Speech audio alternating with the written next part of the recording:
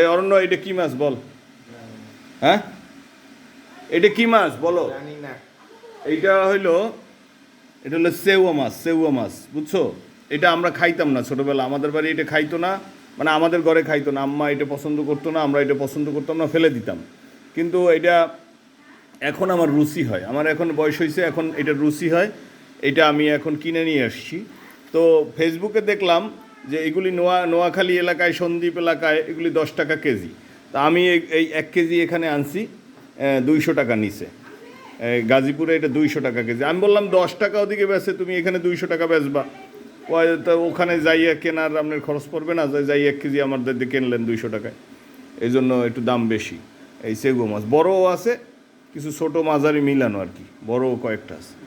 তো এটা খাবো আর কি ইনশাল্লাহ। টমেটো দিয়া, আলু দিয়ে একটু ঝোল, সামান্য আলু দেবো, সামান্য আলু কুচিয়ে দিয়ে টমেটো দিয়া এটা মাখা মাখা হবে আর কি।